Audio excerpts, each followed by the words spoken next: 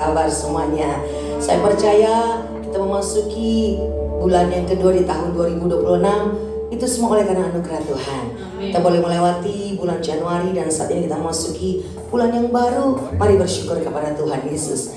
Mari bersama-sama kita berdoa kepada Tuhan. Kita menyembah Dia sebab hanya Yesus yang layak ditinggikan. Bersama-sama kita naikkan doa. Haleluya, haleluya. Kami puji Engkau Tuhan Allah Bapa. Betapa Engkau Allah yang baik, sungguh baik dalam hidup kami. Kami mau terus meninggikan Engkau Tuhan dan mengucap syukur dalam segala hal. Baik keadaan kami tidak baik ataupun dalam keadaan yang baik. Dan biarlah kami tetap mengucap syukur kepada Engkau Yesus. Karena Engkau Yesus tidak pernah meninggalkan kami dan membiarkan kami berjalan seorang diri. Memasuki bulan yang kedua di tahun 2026. Kami boleh melihat pertolongan Tuhan tidak pernah terlambat dalam hidup kami. Dan saat ini Tuhan, kami menaikkan doa, pujian, penyembahan dan syukur kami kepada Engkau Yesus sebab Engkau layak ditinggikan sampai selama-lamanya. Mari bersama-sama yang diberkati Tuhan sepanjang bulan Januari dan sampai saat ini kita katakan amin, amin, amin. Mari tinggikan Yesus, bukan saja di tempat ini, tapi dimanapun kita berada, kita tinggikan namanya. Haleluya.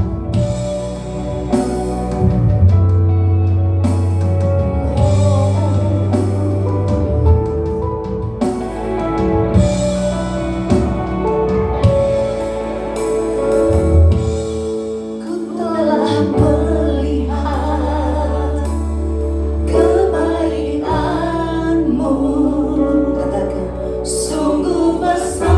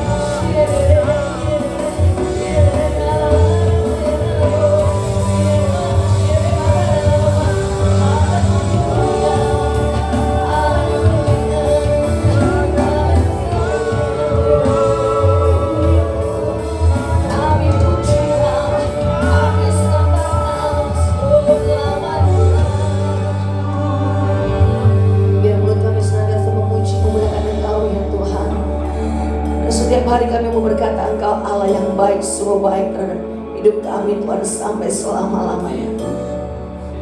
Kami mau terus memuji-Mu, nama-Mu Tuhan. Kami mau terus meninggikan Engkau Allah kami. Kami percaya Engkau hadir Tuhan. Bukan saya di tempat ini secara online, offline, tapi dimanapun Tuhan setiap kami datang mencari wajah-Mu Tuhan. Engkau ya Bapa disukakan Tuhan. Engkau akan menghampiri setiap kami Bapa. Kami mau terus meninggikan Allah kami, Tuhan kami, Raja kemuliaan. Haleluya, haleluya, bersama-sama kita katakan amin. Berikan tepuk tangan bagi Allah kita yang dahsyat. Mari kita beri bersama-sama Bapak Ibu, kita juga sahabat-sahabat di LTVC yang sedang mengikuti live streaming. Kita mau terus memuji nama Tuhan. Biarlah setiap hari kita terus meninggikan nama Tuhan. Silakan terus bernyanyi, sing haleluya.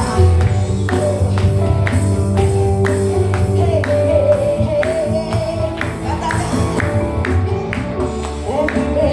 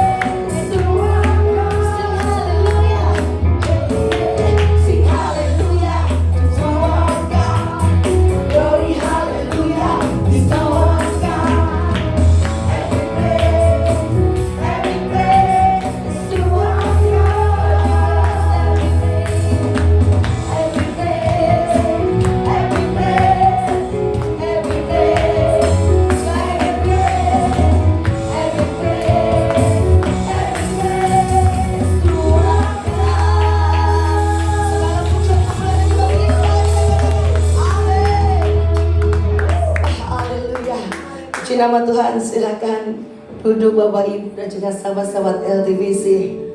Segala pujian, kemuliaan hanya layak bagi Allah kita. Amin. Amin.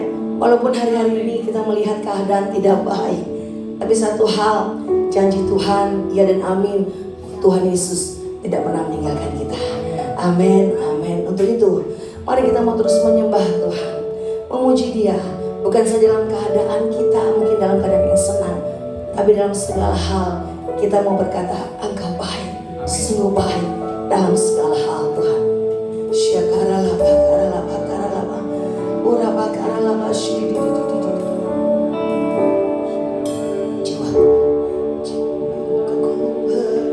hanya. Amin. Apakah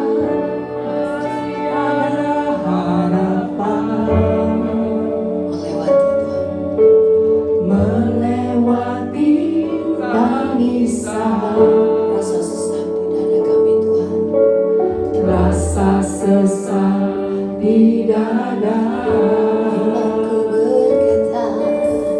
Imanku berkata, Tuhanku yang pegang kuasa, Dia selalu bekerja. Meski mataku tak melihat,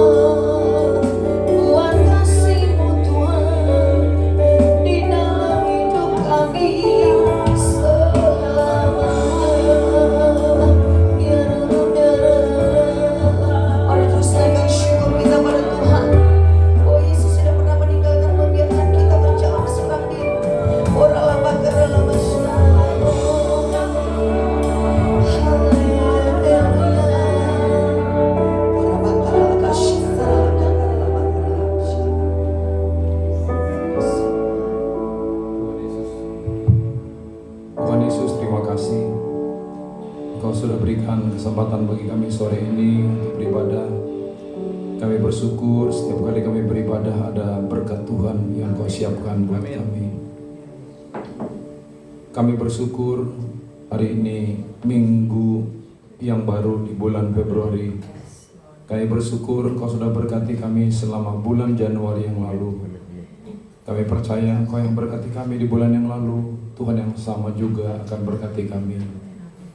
Bapa, Kamu buka hati kami supaya hati kami seperti tanah yang subur. Ketika kami dengar firman-Mu, kami berbuah 100 kali ganda sehingga hidup kami menjadi berkat. Berkati kami semua, baik yang mendengar, baik yang menyampaikan.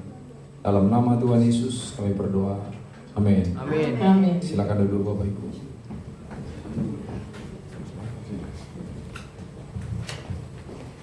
Shalom Bapak Ibu. Shalom. Pertama saya mohon maaf karena tadi malam kerongkongan saya terganggu. Sampai hari ini masih terganggu juga. Tetapi karena sudah janji itu hutang. Jadi harus diupayakan semaksimal mungkin. Kecuali kalau Anda bisa bergerak lagi. Tapi Tuhan Yesus baik, katakan Tuhan Yesus baik. Ada istri saya, nanti kalau saya kesulitan, saya akan panggil istri saya. Topik kita sore hari ini ialah menjadi murid Tuhan Yesus. Siapa yang di sini percaya bahwa dirinya itu adalah murid Tuhan Yesus? Angkat tangan. Kita semua murid Tuhan Yesus ya? Amin. Sekali murid? Halo? Sekali murid? Tetap murid.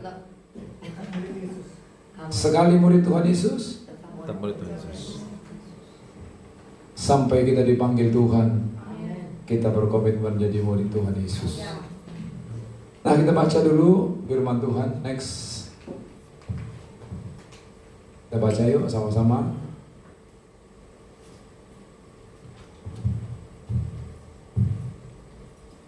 Ini ayat firman Tuhan yang sudah terkenal. Mari kita baca dengan perlahan-lahan sambil kita menghayati setiap kata. Kita baca 1, 2, 3. Dan ke-11 murid itu berangkat ke Galilea. tolong semua baca. Suara saya agak serak, jadi Bapak Ibu aja yang baca. 1, 2, 3. Dan ke-11 murid itu berangkat ke Galilea, ke bukit yang telah ditujukan Yesus kepada mereka. Ketika melihat Dia, mereka menyembahnya, tapi beberapa orang ragu-ragu.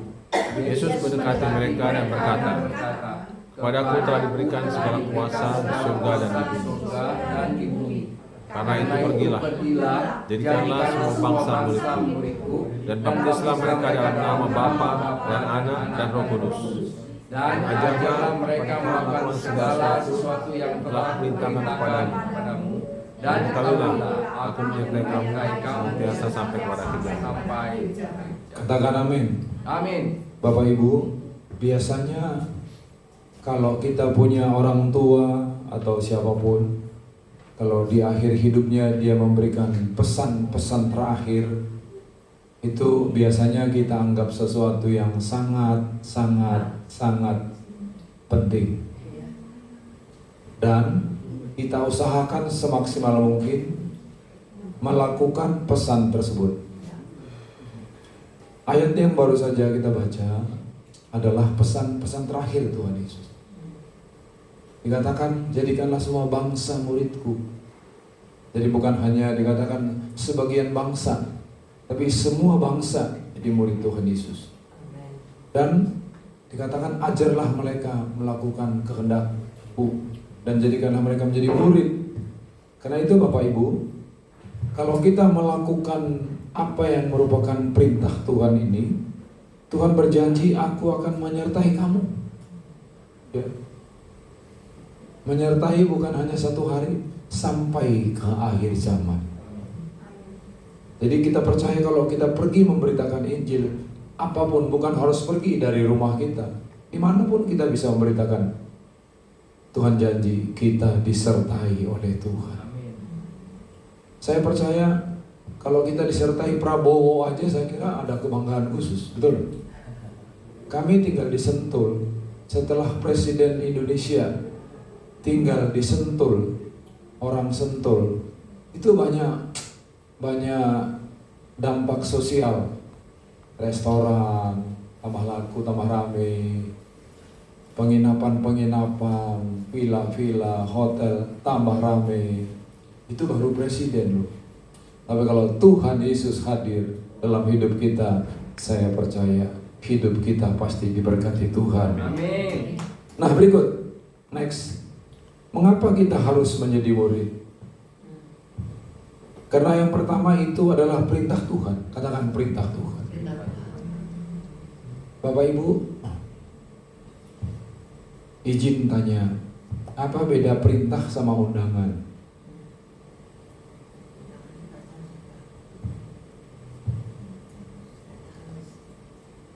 Halo? Apa beda perintah sama undangan? Perintah menjalankan, undangan sedang segera.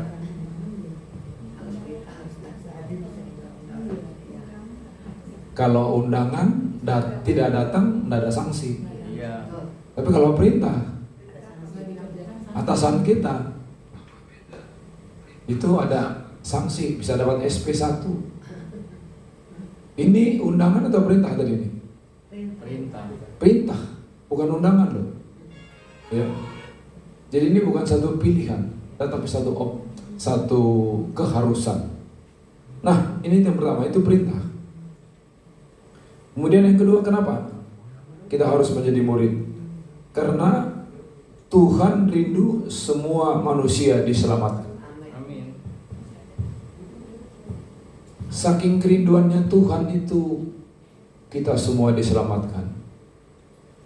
Siapa di sini yang lahir? Ada nggak yang lahir di sini abad ke-18? Nggak ada ya? Abad ke-19? Nggak ada.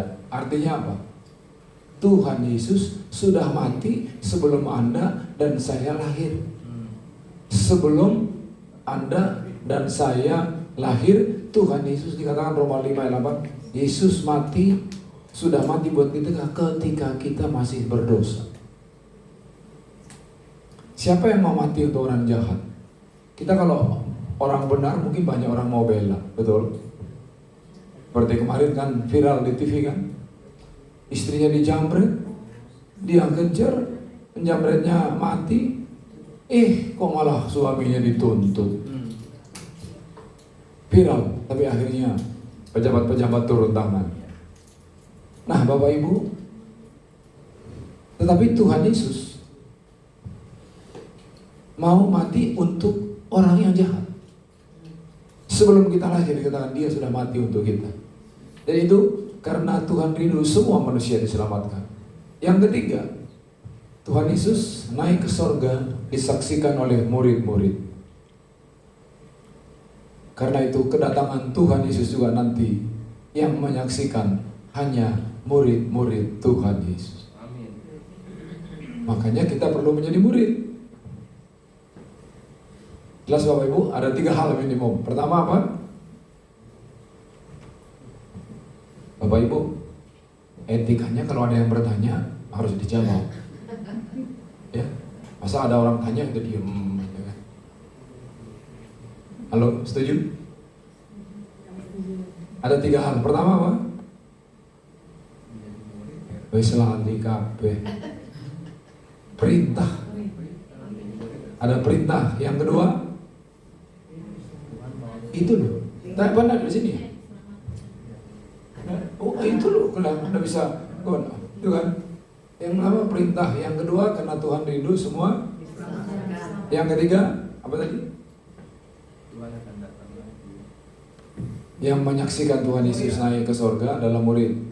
Maka yang menyaksikan Yesus juga nanti datang adalah murid Tuhan Yesus juga. Nah, karena itu dan kita membaca juga, coba next Markus 16. Kita baca yuk.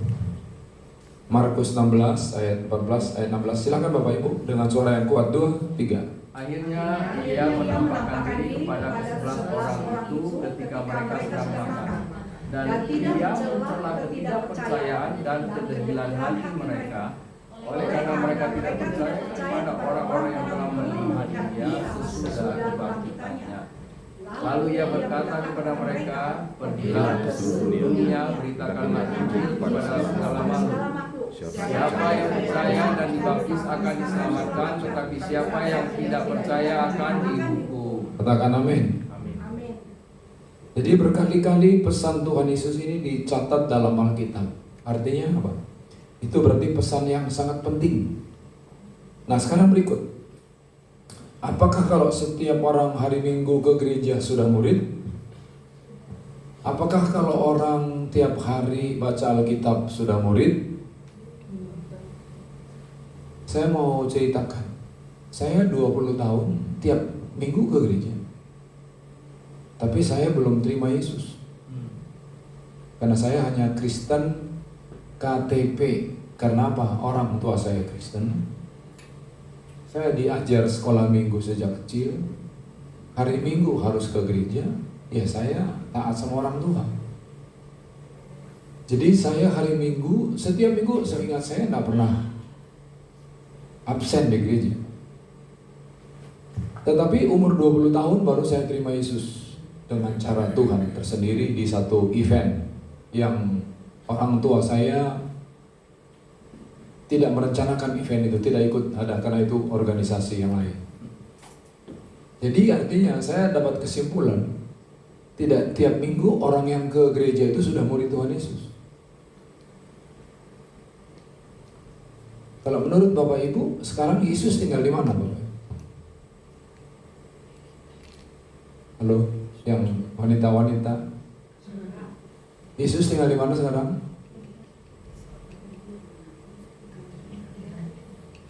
Ayo dong, jawab dong. Halo, Yesus tinggal di mana yang belum jawab? Saya tunggu loh. Yakin? Kalau yakin tuh jawabnya ada tunggu-tunggu lama. Where is Jesus stay? Jesus stay in my heart. Kalau bisa mikir-mikir, saya kok agak ragu. Tapi Anda lah yang tahu. Tapi mari Bapak Ibu, kalau belum Anda yakin, jangan pulang tempat ini. Tinggalkan dari tempat. Buka hatimu, undang Yesus sebagai Tuhan dan Juru Selamat. Amin. Oke. Nah, yang berikut, next. Sekarang apa sih pengertian murid? Murid itu dalam bahasa Alkitab disebut matetes. Ingat aja akhir menetes, tetes gitu ya. Supaya gampang ingat. Matetes. Artinya apa? Seorang yang mau belajar. Ciri khas seorang murid itu mau belajar. Tidak semua orang mau belajar loh. Kenapa? Kalau orang mau belajar, itu ada spirit kerendahan hati. Umur saya jalan 73 Bapak.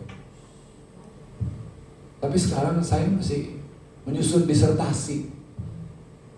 Rencana akhir bulan ini ujiannya. Belum kelar juga. Kalau pikir-pikir ngapain sudah umur-umur gini kok ngapain lagi belajar-belajar tuh. Kalau orang pikir kan.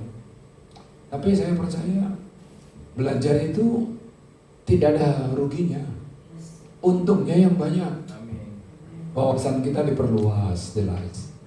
Jadi seorang murid itu mau belajar. Belajar itu maksudnya bukan belajar secara akademis. Belajar juga supaya karakter kita, attitude kita, mindset kita.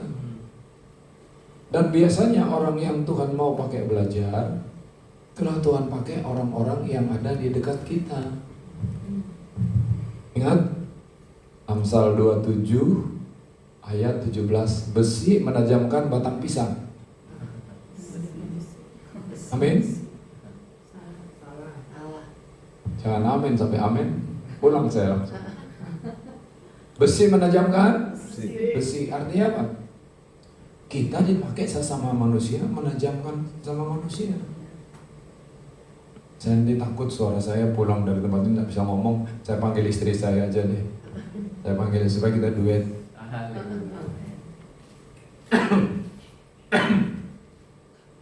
Sebab sesuatu yang dipaksakan tidak sehat.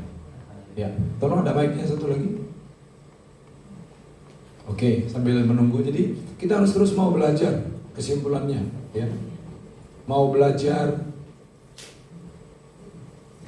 Sini semua sudah nikah kan? Cek. Belajar sebagai suami. Saya bulan depan, bukan saya lagi, kami 40 tahun menikah Bapak. Tapi sampai hari ini juga saya masih belajar jadi suami. Belajar jadi bapak. Masih belajar juga jadi bapak mertua. Belajar juga jadi opung, jadi opa. Sebab ada orang cucu-cucu takut sama opa. Ada satu anak, saya tidak mau oma sama opa datang. Kenapa kamu takut? Kok tidak mau? Opa sama oma kalau doa lama banget. Doanya panjang. Panjang banget. Takut ya? Nah, jadi mau belajar. Kamu mau tidak belajar jadi istri? Maulah jadi istri yang lebih baik. Yes. Belajar jadi istri yang lebih baik. Belajar juga jadi ibu mertua ya, yang lebih baik. Ibu mertua, opung, terutama belajar menjadi hamba Tuhan yang lebih baik. Lebih baik juga. Apapun profesi kita, kalau kita mau belajar Bapak Ibu, saya percaya besok lebih baik dari hari ini. Amin. Itu seorang murid. Kalau murid di sekolah bisa saja di wisuda. Tapi kalau murid Tuhan Yesus, nanti wisudanya kalau sudah pindah San Diego, kalau punya duit. Jadi terus mau belajar. Yang kedua, ada kaitannya, mau diajar, roh kerendahan teachable. Artinya, kalau ada yang negur, terima. Jangan sampai, anak kemarin, saya sudah tontonan makan garam sampai saya darah tinggi. Kamu baru anak kemarin kok ngajarin saya. Itu berarti tidak siap ditegur. Katakan yuk, saya siap ditegur. Saya siap ditegur. Nah, kita buka ayat dari Wahyu, nggak ada di sini. Wahyu 3 ayat 19. Wahyu 3 ayat 19. Supaya kita buka. Ya, Teachable itu dari sini. Yuk kita baca. Ya. 1, 2, 3. Barang siapa kukasihi, dia kutegur dan kuhajar. Sebab itu relakanlah hatimu dan bertobatlah. Bapak Ibu, terima Tuhan Yesus itu cukup satu kali. Katakan amin. Amin. Tapi bertobat Perlu berkali-kali. Jadi terima Yesus cukup satu kali. Enggak kalau saya salah terus Yesus keluar, enggak. Dia tetap di dalam hidup kita. Ya, Roh Kudus tetap ada, cuma dia tidak mengendalikan lagi hidup kita. Tetapi ketika kita bertobat, kita merendahkan diri, maka Tuhan kembali akan menuntun hidup kita. Makanya terima Yesus cukup satu kali, tapi bertobat perlu berkali-kali. Karena itu ketika kita mau bertobat, maka di situ kita akan terus dibawa untuk menggenapi rancangan Tuhan. Amin. Nah, pertobatan itu berarti Tuhan menegur kita, Tuhan mengajar kita. Dan Tuhan bisa pakai siapa aja untuk menegur kita. Termasuk binatang juga. Betul. Bileam, ayam, ya dipakai. Ya, kasus Petrus kan ayam dipakai. Ya. Siapa aja bisa dipakai kita. Nah, kita tuh sangat diberkati ya dengan seorang hamba Tuhan. Ketika kami mengikuti sebuah seminar, dan dia ini seorang hamba Tuhan dari Filipina, dan gerejanya itu sangat berkembang karena dia luar biasa lah dalam pelayanannya. Anaknya 5, cucunya 25. Ya, itu benar-benar luar biasa. 6, anaknya 6, cucunya 25. Jadi rata-rata anaknya 5, ada yang 41. Nah, itu luar biasa. Nah, saya yang tertarik adalah ketika dia menjelaskan seperti ini. Di rumah kami, saya membuat satu ketetapan bahwa setiap kami bisa ditegur dan siap menegur dan mau menegur. Kalau saya ditegur sama Pak Jaliaman, saya harus terima. Tapi Pak Jaliaman juga harus siap kalau saya menegur dia. Bukan hanya suami istri, tapi anak. Saya siap menegur anak saya, tapi suatu saat anak saya kan menegur saya juga. Karena kita kan masih tetap harus ini kan, kita bukan manusia sempurna. Kita masih tetap harus terima masukan dari orang untuk siap terima teguran. Nah, dia bilang, kalau kita mau teachable, seperti yang menjadi poin kedua ini adalah kita harus punya roh yang rela. Sebab itu, relakanlah. Nah, roh yang rela itu diwujudkan ketika saya ditegur, saya nggak boleh melawan, nggak boleh bantah. Itu namanya miliki roh yang rela. Tapi kalau ketika saya ditegur Pak Jaliaman tapi saya jawab, berarti saya belum rela dong ditegur. Ketika saya jawab, apakah Pak Jaliaman diam? Enggak, pasti dia jawab lagi. Ketika dia jawab lagi, maka saya akan jawab lagi. Iya kan? Saya jawab lagi, dia akan jawab lagi. Yang terjadi niat baik untuk menegur, tapi karena tidak punya spirit yang rela, yang terjadi adalah argue, berantem. Betul? Ya. Ini yang terjadi. Dan itu juga yang Tuhan kehendaki dalam hidup kita untuk memiliki spirit yang rela. Jadi dia bilang ketika anak saya negur saya diam. Coba kita praktekkan ini dalam hidup kita. Hidup kita itu akan dibawa naik sama Tuhan. Ya. Ketika siapapun mengingatkan kita, siapapun menegur kita, itu ciri seorang murid karena dia mau belajar. Ketika dia ditegur, dia diam, walaupun gak cocok. Nah, contoh ya, kami ini latar belakang kehidupan pohon keluarga kami sangat berbeda. Kalau saya lahir di berlimpah-limpah susu dan madu. Di mana? Di tanah Kana. Tapi Bapak, Kalau saya lahir di padang gurun. Nggak apa-apa. ini istilah dari Pak Jaliaman sendiri. Artinya perbedaan orang susah sama orang yang diberkati.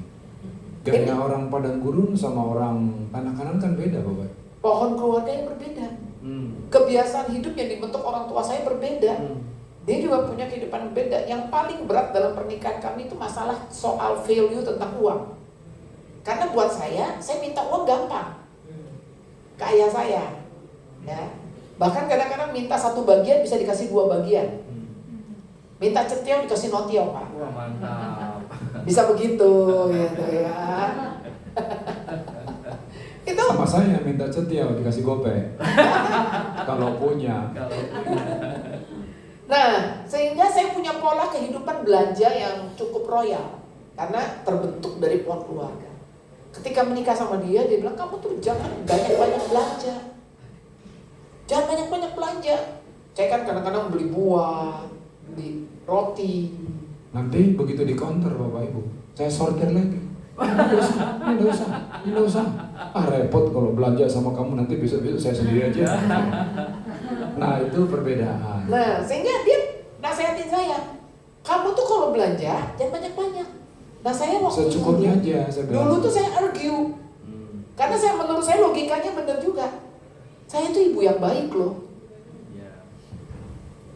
Supaya kalau anak cari makanan ada di kulkas. Betul. Seolah-olah kayak gitu kan. Tapi kan dia negur sama saya. Buktinya banyak yang busuk kok. Berarti saya perlu ditegur juga. Ketika dia ngomong gitu dulu saya selalu jawab, saya kan belajarnya untuk anak. Saya belajar untuk supaya nggak kelaparan. Tapi begitu dia negur sekarang saya diem. Setelah saya diem, itu membentuk saya.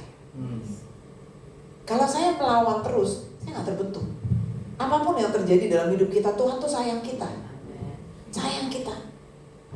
Jangan berpikir karena kita mungkin punya kegagalan masa lalu terus Tuhan gak sayang kita, enggak. Ya. Selama kita kembali kepada kasih karunia Tuhan, kita akan mendapat kasih karunia Tuhan. Amin. Ya, kita ada di bawah kasih karunia Tuhan. Kalau kita keluar dari kasih karunia Tuhan, kita nggak mendapat kasih karunia Tuhan. Yes. Tapi ketika di luar sana kita disadarkan oleh Tuhan dan kita mau kembali kepada Tuhan, Tuhan tidak pernah menolak setiap orang yang datang sama Dia. Amin. Tuhan akan memeluk dia kembali. Nah, ketika kita berada di bawah kasih karunia Tuhan, mari kita belajar untuk hidup kita semakin berkenan sama Tuhan. Amin. Semakin berkenan. Salah satunya menjadi murid, itulah yang teachable. Yes. Siap untuk diajar, teachable. Siap untuk diajar, siap untuk belajar. Ketika ditegur kita mau mendengar apa yang disampaikan. Oke, balik ke PowerPoint tadi. Yang berikut ialah pengikut. Murid itu ialah pengikut gurunya. Jadi apa yang dilakukan oleh gurunya selalu dia ikuti. Nada. Ya. Beda Tuhan Yesus sama guru-guru silat, tahu enggak Bapak? Itu guru silat kan suhu-suhu. Kalau guru silat, dia turunkan ilmunya maksimum kalau dia punya 10 jurus, 99 jurus. 9 jurus dikasih turun, 1 simpenan. Kalau waktu muridnya nanti ngelawan dia, mesti ada jurus terakhir. Tapi kalau Tuhan Yesus, dia punya 1000 jurus, semuanya diserahkan sama kita. Amin. Itu bedanya guru kita Tuhan Yesus sama guru-guru di dunia ini, ya. Jadi artinya apa? Mengikut terus apa yang dilakukan Tuhan Yesus. Kemudian yang berikut, seorang yang melekat pada gurunya. Artinya dekat dengan guru. Senantiasa terkoneksi itu murid, terkoneksi dengan gurunya. Dalam konteks kita ialah selalu siap membaca firman, punya komunitas secara rohani, punya satu komitmen senantiasa suka berdoa, suka beribadah. Itu artinya terus mengikut. Itu pengertian murid. Next. Nah, sekarang berikut. Apakah kita mungkin menjadi murid seperti Tuhan Yesus? Dunia ini berkata mana mungkin, ya. Daging lemah. Kita kan masih tinggal di Jakarta. Mana mungkin. Tapi kita bersyukur Tuhan Yesus itu tidak pernah menyuruh kita melakukan sesuatu yang kita tidak bisa. Siapa ini yang punya anak? Coba angkat tangan yang punya anak. Coba. Anak Anda umur 3 tahun. Pernah enggak Bapak Ibu suruh bawa beras ataupun beban 50 kilo? Kenapa? Karena kita tahu kemampuan anak itu. Kita aja orang berdosa ngerti kemampuan manusia. Apalagi Bapa di sorga. Tidak mungkin dia menyuruh yang tidak bisa kita lakukan. Amin. Jadi mungkin. Next. Nah, sikap kebanyakan orang percaya manusia itu terbatas. Keinginan daging masih dominan. Manusia itu lemah dan rapuh. Makanya kadang-kadang diajak pelayanan pun ya udahlah, saya masih muda. Itu yang muda. Nanti kalau sudah tua, yang muda-muda aja. Kapan kalau gitu? Kalau gitu kapan? Nggak ada waktu. Berarti iblis menang. Tapi apa? Coba kita baca Kisah Para Rasul 1 ayat 8. Ya. Baca 1, 2, 3.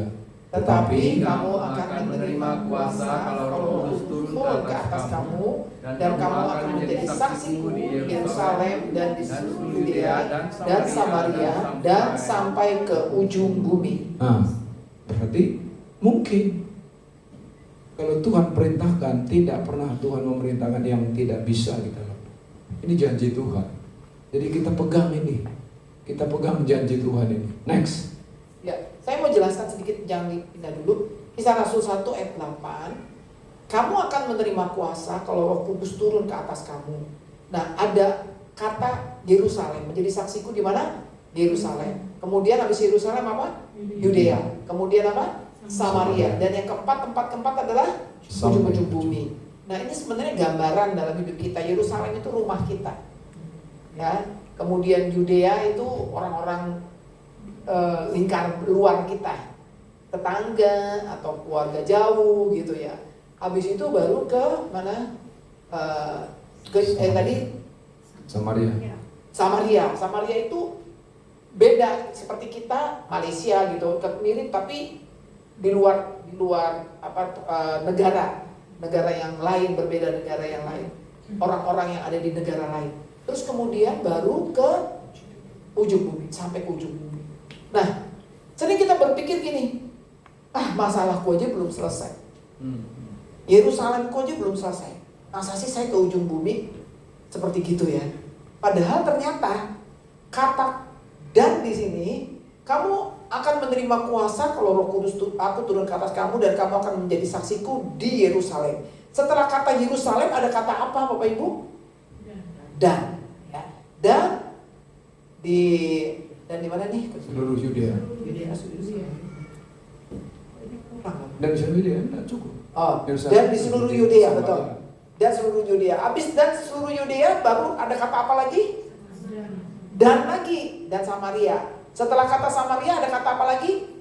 Dan sampai ke ujung bumi. Nah, kata dan ini bahasa aslinya tuh kai. Kai itu berarti bukan begini.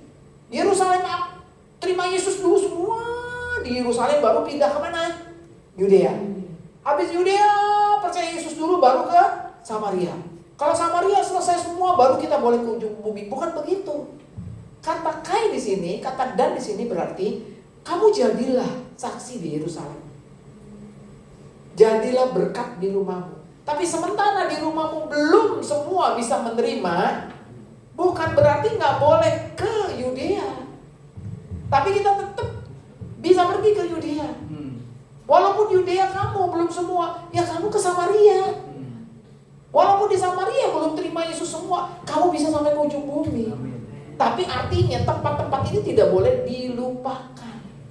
Berarti jangan banyak orang begitu. Ya gue aja masih masalah sama suami, gimana gue mau melayani? Ya gue aja masih masalah nih sama mertua, gimana gue mau melayani? Enggak, jadilah berkat di situ. Amin. Jadilah berkat. Sementara masih dalam pergumulan doa, masih didoakan, ya udah nggak apa-apa, yuk jadi berkat yuk ke Yudea. Sementara masih ada pergumulan dengan keluarga besar, yuk jadi berkat untuk bangsa-bangsa yang lain sampai ke ujung-ujung. Amin. Jadi Tuhan rindu kita jadi berkat dimanapun kita berada. Haleluya. Dan jangan lupa Tuhan mau kita keluar. Kata murid ini kan kita keluar untuk menjadi saksi. Kalau kita hanya di dalam, kita nggak bisa jadi kesaksian bagi banyak orang. Nah itu yang saya mau jelaskan. Lanjut. Yang terakhir, tadi kan kita sudah ikut apa itu jadi murid. Kenapa kita harus jadi murid? Dan yang terakhir ini bagaimana caranya menjadi murid? Nah, ini yang penting. Ini refleksi ataupun aplikasi dalam hidup kita supaya kita betul-betul itu bisa jadi murid. Yang pertama, membangun relasi dengan Tuhan. Kata relasi ini penting. Saudara, siapapun kita tidak bisa dekat dengan seseorang kalau kita tidak punya relasi. Apalagi dalam konteks Indonesia. Kalau relasi kita baik dengan ordal, gampang, ya itu budaya Indonesia.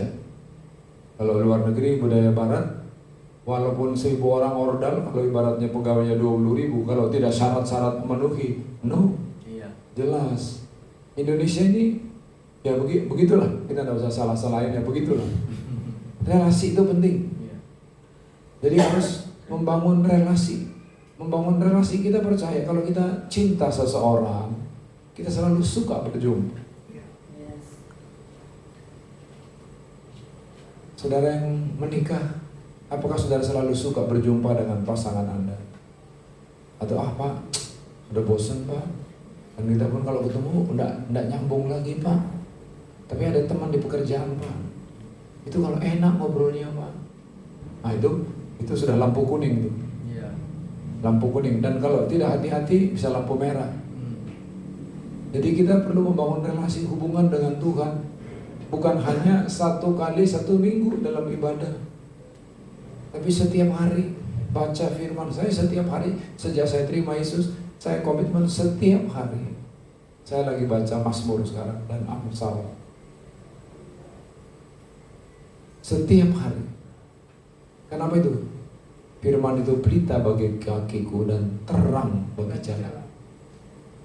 Kita perlu semua terang. Kalau tidak ada terang, tubruk sana, tubruk sini kan. Nah, karena itu yang pertama. Yang kedua, membangun mesbah keluarga. Apa itu mesbah keluarga? Suami istri, bagi yang sudah berkeluarga, kita menaikkan pujian sama-sama, berdoa sama-sama, baca firman sama-sama. Itu namanya mesbah keluarga. Mesbah keluarga artinya kita mengundang Tuhan hadir dalam rumah. Saya percaya bukan tidak, dengar Bapak Ibu ya, Keluarga yang diberkati Tuhan ataupun pribadi yang diberkati Tuhan bukan absen dari masalah. Coba sini ada enggak Bapak Ibu yang sejak lahir saya tidak ada masalah. Itu kalau tidak ada masalah, itu menunjukkan orang itu bermasalah berat sampai dia tidak ngerti lagi kalau sedang ada masalah. Yang sudah konslet di pinggir-pinggir jalan, nah itu betul enggak? Dia pikir tidak ada masalah. Tapi kalau kita masih sehat, pasti ada masalah. Jadi Tetapi pribadi bahagia bukan absen dari masalah. tetapi atas anugerah Tuhan Berhasil mengatasi setia. masalah. Amin. Amin.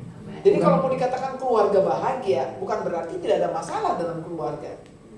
Tetapi dia berhasil menyelesaikan setiap masalah. Pribadi yang bahagia juga bukan absen dari konflik. Bahkan orang-orang yang dekat kita, itulah yang sering Tuhan gesekan. Jadi makanya kalau kita sebagai suami, yang paling berpotensi melukai, mengecewakan kita Pak, istri kita, bukan istri orang. Kalau istri orang saya curiga, ada apa Bapak sama istri orang? Kalau ibu-ibu ya suaminya. Karena tiap hari ketemu, L4 kan, lu lagi. Lu lagi. Makanya dalam pernikahan kami selalu berkata, pernikahan itu perlu dirawat. Mobil aja yang benda mati perlu dirawat. Ada servis berkala. Cinta itu bukan sesuatu yang mati, yang hidup. Makanya sudah bukan hanya lowbat, sudah minus. Ya. Jadi artinya itu kalau kita membangun relasi dengan Tuhan, artinya kita mengundang Tuhan hadir. Kalau Tuhan hadir, Bapak Ibu percayalah. Dan bukan hanya sekedar hadir, kita izinkan Dia mengatur, memimpin, menuntun kehidupan kita. Kalau itu kita lakukan, saya percaya masalah apapun yang Tuhan izinkan, Tuhan akan berikan solusi yang terbaik. Amin. Kita berikan dulu kemuliaan bagi Tuhan pada diri. Yang berikut, terakhir, latihan terus menerus untuk melakukan firman Tuhan. Nah, ini yang naik kelas. Ini bukan elementary lagi, ini sudah kelas advance. Terutama Ya, masalah pengampunan. Karena dalam perjalanan hidup kita ini, kita tidak lepas dari konflik, Betul. dari masalah di rumah, di kantor, apapun pekerjaannya, dengan tetangga, ya, selalu ada masalah. Tetapi kita harus belajar melepaskan pengampunan. Orang yang mengampuni itu adalah pemenang. Amin. Kalau Anda tidak mengampuni, maka Anda terpenjara.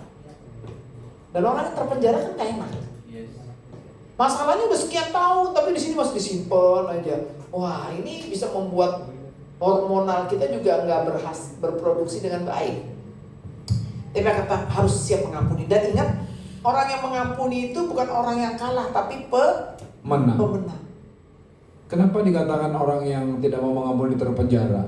Sebab dia terpenjara dengan sakit hati, gitu. Jadi kalau dia lihat misalkan, mana dia gereja?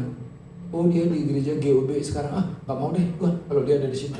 Nah, jadi terpenjara dia. Kalau dia ingat juga peristiwa itu, langsung dia marah. Tapi kalau kita sudah mengampuni, kita tidak punya buktinya mengampuni. Ingat kadang-kadang bisa ingat, tetapi bedanya kita tidak ada efek negatif lagi tentang itu. Itu bedanya. Ada orang katakan gini, saya sudah mengampuni sih Pak, tapi kalau ingat ya, itu belum mengampuni. Ya, Tuhan Yesus mengampuni kita itu secara sempurna. Memang dikatakan menjauhkan seperti langit dengan bumi, menjauhkan, menghapuskan segala kejahatan kita. Jadi mari Bapak Ibu, kalau awal tahun ini Bapak masih menyimpan kesalahan sejak tahun lalu, yuk mari kita lepaskan. Karena Efesus 4 ayat 27 dikatakan, kalau kita tidak mengampuni, itu berarti kita memberikan kesempatan kepada iblis. Yes. Kesempatan itu dalam bahasa aslinya itu artinya memberikan tempat, ruang. Nah, bahasa Inggrisnya tapos. dalam Bahasa aslinya tapos. Berarti iblis tidak kita berikan kesempatan aja, dia selalu berusaha cari kesempatan. cari kesempatan. Iya. Apalagi kita berikan, Yes. happy dia ini grup saya nih, koncoku ini katanya kan, langsung Jadi karena itu mari kita ingat, kalau kita tidak mengampuni berarti memberikan Kesempatan buat kesempatan kepada iblis. Jangan berikan kesempatan Bapak Ibu. Ya. Jadi mari, mungkin ada yang hal-hal yang pernah melukai, mengecewakan kita, ayo kita lepaskan. Yang kedua, awalnya dari mana? Saya kasih sedikit tambahan. Awalnya dari kita doakan. Karena gini Bapak Ibu, kalau kita sudah menang di alam roh, biasanya di alam nyata kita akan. Amin. Yes. Kalau Anda benci sama orang itu, tapi apa Anda nggak pernah doain, Iya. tapi justru diumpat-umpat, memang Oh, ya udah makin tambah benci. dalam, Makin- lubangnya makin gede. Tapi kalau Anda ingin berdamai dengan orang itu, doakan dia. Saya lepaskan pengampunan buat orang itu. Saya belajar untuk menerima apa yang terjadi dalam hidup saya. Sebutin namanya, doain. Maka di alam roh Anda tuh dekat. Udah menang untuk megang dia. Sehingga ketika ketemu orangnya, ininya nggak gede-gede lagi. Karena di alam roh kita sudah pegang dia kan. Tapi kalau aku nggak pernah doain dia, tapi aku benci dia dan ngomongin dia, ketemu dia, oh makin parah. Kalau dulu masih mau salaman, sekarang nggak mau salaman. Tapi kalau saya doain dia, kalau dulu nggak mau salaman, ketemu dia sekarang salaman. Iya. Lama-lama biasa. Kita lepaskan. Itu bagianmu. Apa yang kau lakukan nanti kau bertanggung jawab sama Tuhan. Jangan gara-gara orang salah kita ikut berdosa. Karena itu ayo lepaskan pengampunan. Jangan kita yang jatuh gara-gara orang yang jatuh dalam hidup kita. Nah itu mengampuni, cara melepaskan diri dari. Halo anak muda yang di belakang, kalau dengar firman jangan ngobrol dong. Maaf ya, saya tegur terus terang nih. Ini lagi dengar firman kok ngobrol. Yang kedua, memberi. Katakan memberi. Memberi dalam pola pikir kita hanya sering apa? Memberikan duit, betul nggak? Memang orang senang sih diberikan duit. Tapi memberi ini termasuk juga memberi pengampunan, memberikan perhatian. Sekarang ini banyak ibu-ibu itu, bapak-bapak senang kalau diperhatikan. Saya pernah salah juga, tapi harus mau belajar. Saya dalam satu waktu kan, saya ngomong sama istri saya, "Lu, kamu baru potong rambut ya? Sudah 2 minggu tahu." Waduh, kemana aja lu minggu ini? Kadang-kadang kita kurang sibuk sana, sibuk sini, kurang. Udah 2 minggu Pak, berarti kita kurang care kan? Jadi memberi itu bukan hanya memberikan uang. Kadang-kadang memberikan juga atensi terhadap seseorang melalui WA, melalui ini, itu juga bisa menjadi berkat bagi orang. Sharing melalui kata-kata yang menguatkan orang. Istri saya pernah kirim satu ayat firman Tuhan satu hari kepada seseorang. Tiba-tiba dia bilang, "Waduh, Pas Bu, banget. saya lagi di airport, saya lagi ada di persimpangan jalan. Lagi dalam keadaan ketakutan. Tapi melalui firman yang Tuhan kirim merupakan jawaban bagi saya." Nah, Itu- memberi. Iya. Tapi untuk hal ini makanya saya bilang kita nanti kepekaan kita. Kalau kita dengar Tuhan bilang, coba call orang itu, call aja. Coba kasih orang itu, lakukan aja yang baik. Kalaupun nggak kena ya udah nggak apa-apa, pembelajaran buat kita. Tapi paling nggak dia dengar firman kan. Tapi dari sekian kali pasti ada satu orang nanti yang ngomong, "Terlalu, saya merasa Tuhan itu jawab saya melalui apa yang kamu katakan." Nah, itu kita latih kepekaan kita sama Tuhan. Jadi kalau Tuhan ada naruh sesuatu, yuk kita lakukan. Contoh satu, berkati orang itu. Kita belajar memberkati. Doakan orang itu, kita doain. Coba telepon orang itu, kita telepon. Nah seperti itu. Jadi latih kepekaan kita. Kan Yesaya katakan dia melatih ya pendengaranku, melatih telingaku untuk mendengar seperti seorang murid. Ya, dan lidahku untuk memperkatakan apa yang bisa membangun orang lain. Kita latih. Oke, yang Belum masih memberi ya. Jadi kita ingat firman Tuhan Yohanes 3:16, begitu besar kasih Allah ke dunia ini sehingga Dia memberikan anaknya yang tunggal, supaya setiap orang percaya kepadanya tidak binasa melainkan beroleh hidup yang kekal. Terus ada juga dalam Markus, bukan kamu yang memilih aku, tapi aku yang memilih kamu. Jadi kita jadi orang percaya itu kena Tuhan yang pertama bekerja, kita hanya tinggal kasih respon. Jadi Tuhan yang memberi dulu, baru kita bisa bertindak. Nah kalau kita dalam dunia ini sering, atau gini deh, supaya lebih jelas. Jadi Tuhan Yesus kan, dia beri dulu. Allah memberikan anaknya yang tunggal, kita terima. Sudah kita terima, baru kita bisa memberikan respon. Kalau ingat pencobaan Tuhan Yesus di atas bukit, iblis katakan, lihatlah semua keindahan kota ini. Kalau kamu mau menyembah aku, maka semua ini kuberikan. Artinya apa? Dia terima dulu, baru mau memberi. Nangkep Bapak Ibu? Tuhan Yesus, Allah memberi dulu, baru dia menerima. Tetapi iblis harus terima dulu, baru memberi. Nah, saudara mau pilih mana? Pilih memberi dulu atau terima dulu mau memberi? Pilih mana?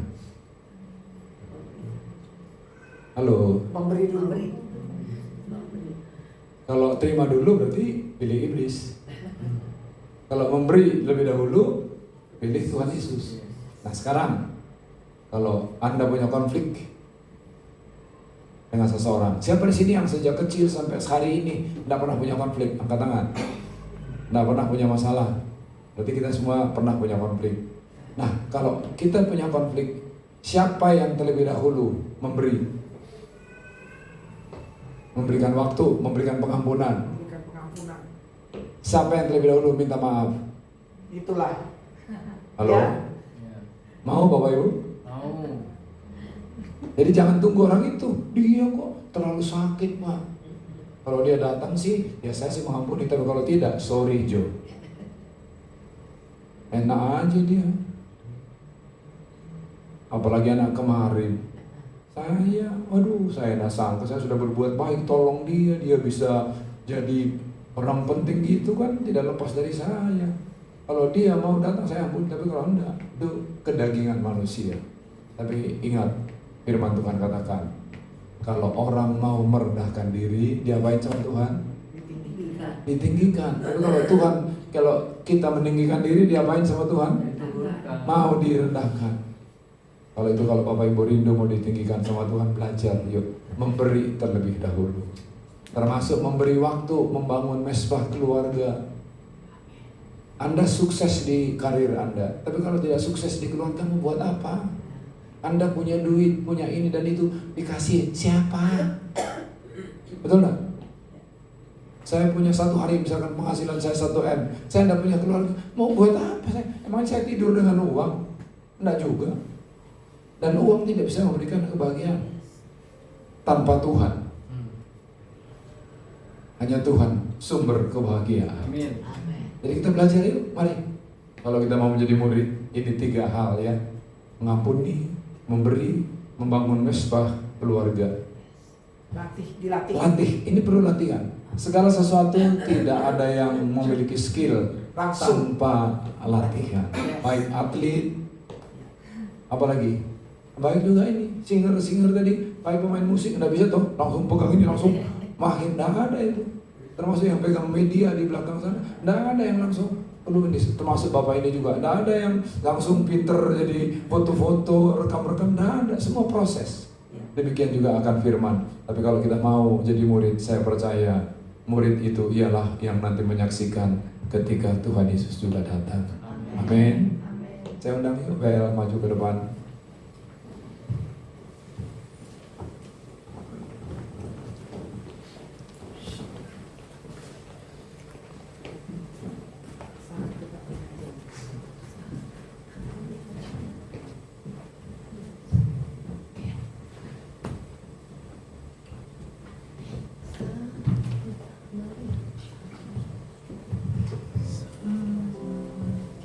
Mari kita bangkit berdiri. Saat ku tak melihat jalan. Saat ku tak melihat jalanmu, saat ku tak mengerti rencanamu, namun tetap ku pegang janjimu.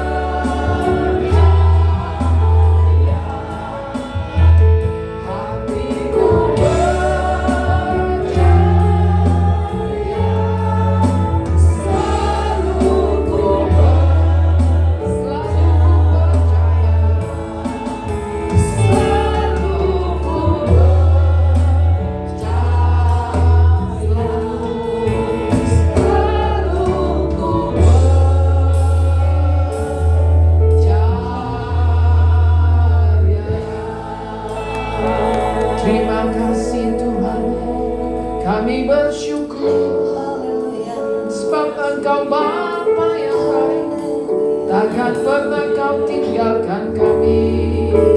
Terima kasih Yesus. Haleluya, haleluya. Terima kasih Tuhan, Kau mengingatkan kami kembali untuk kami menjadi murid ya Tuhan. Karena amanat agung Kau sampaikan kepada murid-murid-Mu, dan Kau berjanji Kau akan datang kembali. Kami berdoa, kami yakin orang yang akan melihat Dia datang kembali itu adalah muridnya. Karena itu kami berdoa supaya kami terus setia sama Tuhan. Terus kami membangun hubungan dengan Tuhan. Terus kami mau menjalankan peran kami sebagai seorang murid. Itulah kami mau belajar. Teachable, siap ditegur, siap belajar, siap juga menjadi saksi Kristus, membangun kehidupan intim dengan Tuhan. Mari Bapak Ibu, buat komitmen pada kesempatan ini. Aku mau terus belajar untuk mengampuni. Aku mau terus belajar untuk memberi. Aku mau terus belajar ya Tuhan, untuk ada di dalam rencana Tuhan di dalam hidup kami. Terima kasih Tuhan Yesus. Terima kasih Tuhan. Kami berdoa ya Bapa, biarlah setiap kami mau terus melakukan 3 hal ini. Kami mau terus belajar untuk memberi. Kami mau terus belajar mengampuni. Dan kami terus belajar membangun mesbah, membangun hubungan intim dengan Tuhan. Bapa, Kau lihat setiap kami. Biarlah ketiga hal ini menjadi sebuah komitmen yang akan nyata dalam hidup kami. Sehingga hidup kami dibawa terus menggenapi rancangan Tuhan yang indah. Terima kasih Bapa, kuatkan kami. Kuatkan kami. Di dalam nama Tuhan Yesus Kristus. Mari kita yang sudah diberkati sama-sama katakan amin. Amin. Amin. Kita beri kemuliaan bagi Tuhan. Silakan kembali. Puji nama Tuhan, setiap kita diberkati. Haleluya, haleluya. Saya percaya semua diberkati Tuhan ya. Amin. Amin, amin, amin, amin. Kita akan perjamuan kudus. Semua sudah dapat. Kalau belum dibagikan ya. Saya kira firman Tuhan pada hari ini mengingatkan kembali kepada kita semua untuk tetap bisa memegang teguh perintah-perintah Tuhan ya. Bukan memegang teguh undangan Tuhan ya. Jadi pegang teguh perintah Tuhan, karena tadi sudah disampaikan di kesimpulan, sudah didoakan lagi biar dimeteraikan di dalam hati kami semua. Saya kira menjadi murid Tuhan itu esensi, salah satu esensi yang paling penting kita sebagai anak-anak Tuhan. Agar kita bisa menyelesaikan semua pekerjaan-pekerjaan yang Tuhan mau kita kerjakan. Oleh sebab itu tadi juga disampaikan kita harus buka telinga rohani, buka hati rohani kita supaya dengar suara Tuhan ya. Oke, kita bangkit berdiri. Semua sudah dapat. Mari kita angkat roti. Dan ketika mereka sedang makan, Yesus mengambil roti, mengucap berkat, memecah-mecahkannya, lalu memberikannya kepada murid-muridnya dan berkata, ambillah, makanlah, inilah tubuhku. Sahabat LTVC dimanapun Anda berada, tubuh Yesus yang tergantung di atas kayu salib, Tuhan Yesus telah berkorban untuk kita semua. Maka dengan bilur-bilurnya kita semua menjadi sembuh. Dalam nama Tuhan Yesus Kristus kita makan.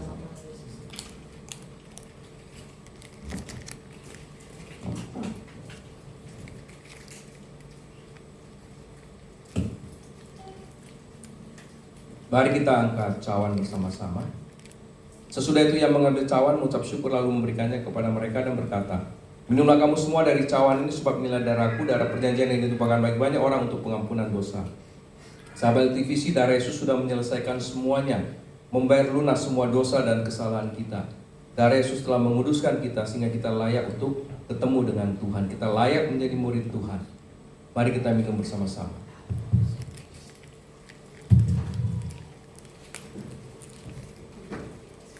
Kita doa syafaat.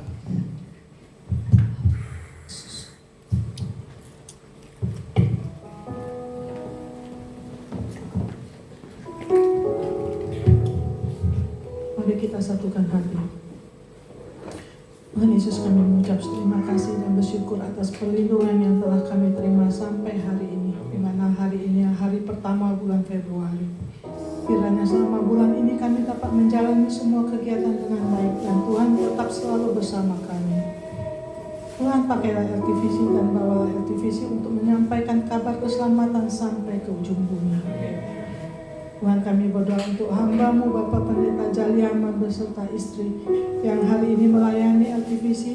Tuhan memberkati pelayanannya dimanapun ia melayani. Berkati juga keluarga besar hamba-Mu dan dalam perlindungan Tuhan selalu.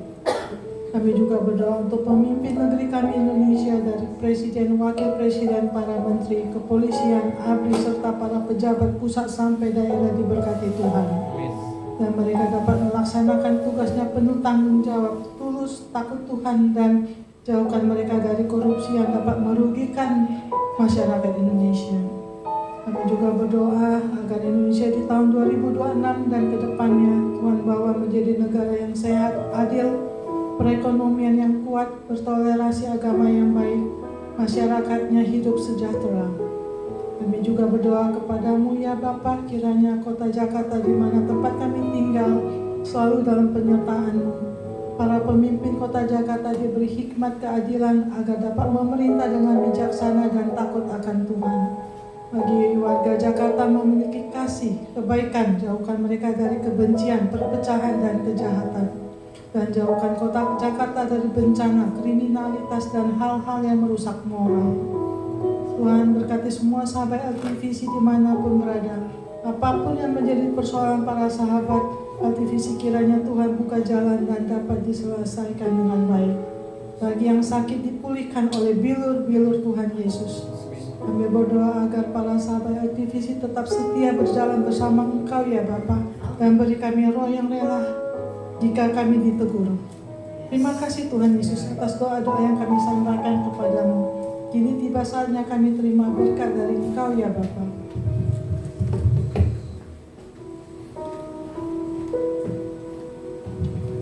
Sahabat LTVC dimanapun Anda berada, arahkan hatimu kepada Tuhan dan angkatlah kedua belah tanganmu. Terimalah berkat rahmat anugerah dari Allah Bapa melalui anaknya yang tunggal Yesus Kristus dengan persekutuan bersama dengan Roh Kudus.